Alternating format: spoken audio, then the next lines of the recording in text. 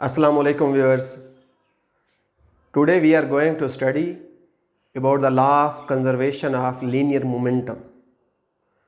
Law of conservation of linear momentum से पहले हम स्टडी कर लेते हैं कि आइसोलेटेड सिस्टम क्या होता है। कोई ऐसा सिस्टम जिस पे लगने वाली एक्सटर्नल फोर्स क्या हो, ज़ीरो हो।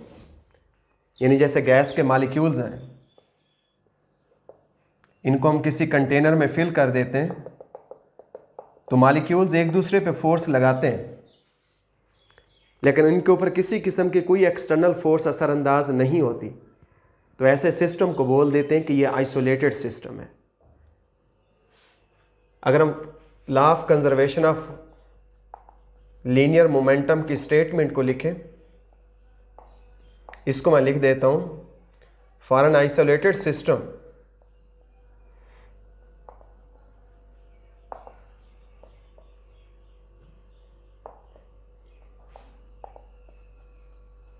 linear momentum of the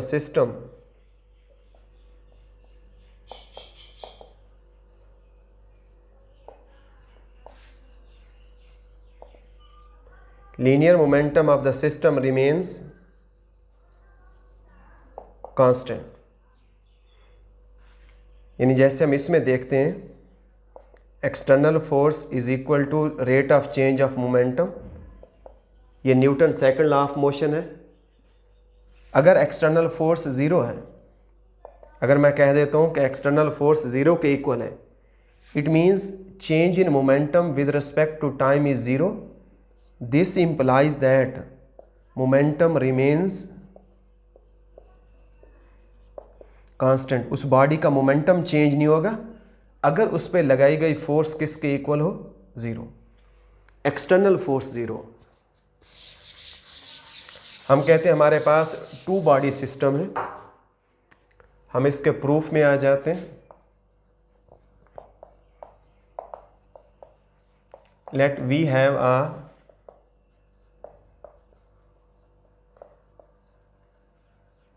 to body system as shown in the figure. हमारे पास ये एक बॉडी है M1, ये एक दूसरा बॉडी है M2।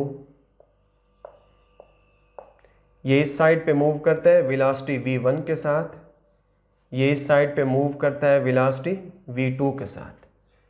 बिफोर कोलिजन हमारे पास, अगर मैं इस सिस्टम का मोमेंटम देखूं तो सिस्टम का इनिशियल मोमेंटम क्या है, m1 v1 plus m2 v2। दोनों के मोमेंटम को ऐड करते हैं क्योंकि दोनों का वेलोसिटी सेम डायरेक्शन में, मोमेंटम सेम डायरेक्शन में। At the time of collision ये दोनों बॉडीज आपस में कोलाइड करते हैं। ये M1 है, ये M2। जो ही ये कोलिजन करते हैं,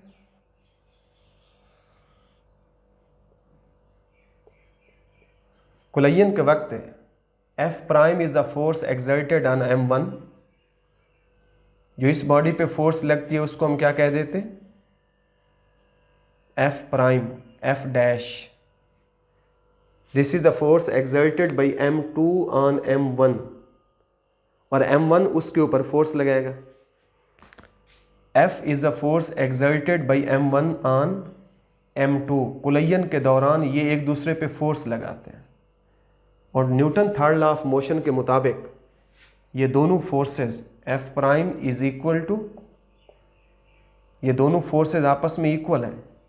नेगेटिव साइन बताता है कि डायरेक्शन क्या है, अपोजिट।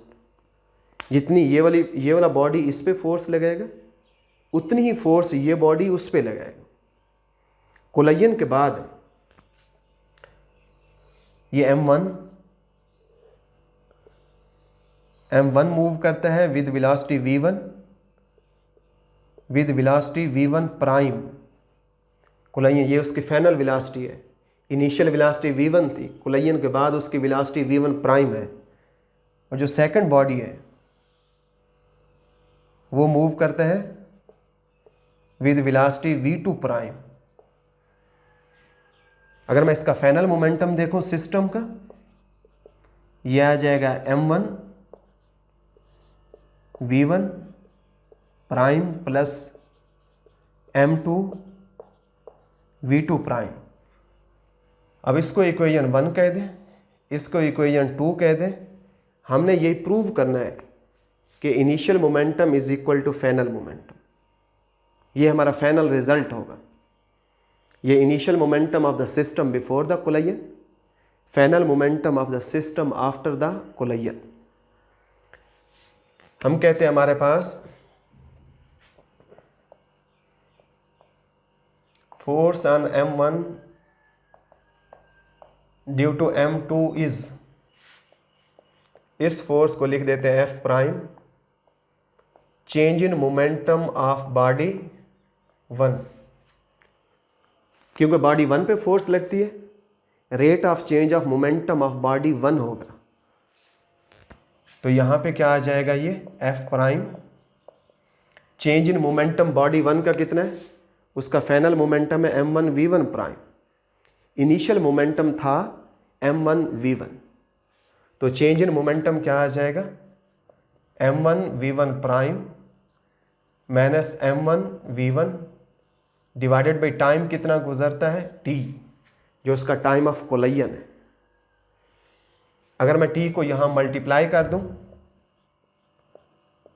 तो ये आ जाएगा F prime multiplied by t is equal to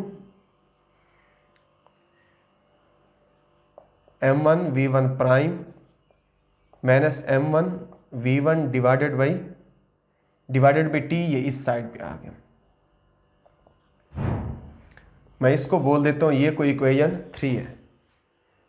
अब हम force on the second body ले रहे हैं। This is the force exerted by mass m1 on m2, और वो फोर्स को किससे शो किया है, F से।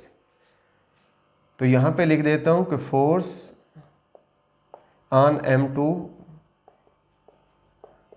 ड्यू टू m1 इज, इसको F change in momentum divided by change in time of the second body. Force on the second body is equal to change in rate of change of momentum of the second body.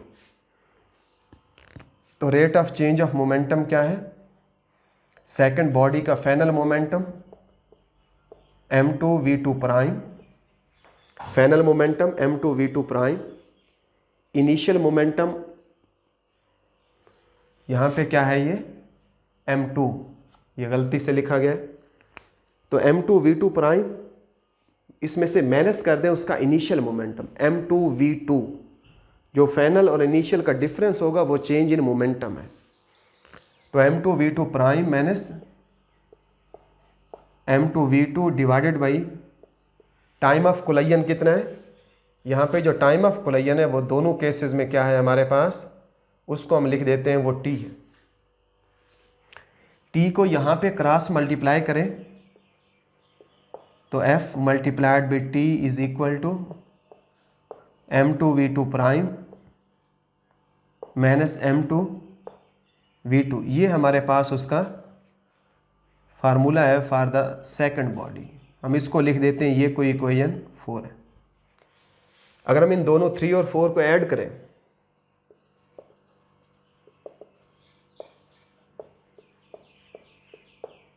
यहां पे क्या आ जाएगा, F prime multiplied by t plus F multiplied by t is equal to m1 v1 prime minus m1 v1 plus इसकी right side आ जाएगी m2 v2 prime minus m2 v2। तो यहाँ पे इसमें से अगर मैं t को कॉमन ले लूँ, f prime plus f into T को कॉमन ले लिया, यहाँ पे आ जाएगा m1 v1 prime minus m1 v1 plus m2 v2 prime minus m2 v2। अब हमें पता है कि as Newton third law of motion के मुताबिक ये दोनों फोर्सेस आपस में इक्वल हैं, लेकिन इनकी डायरेक्शन क्या है हमारे पास? अपोजिट।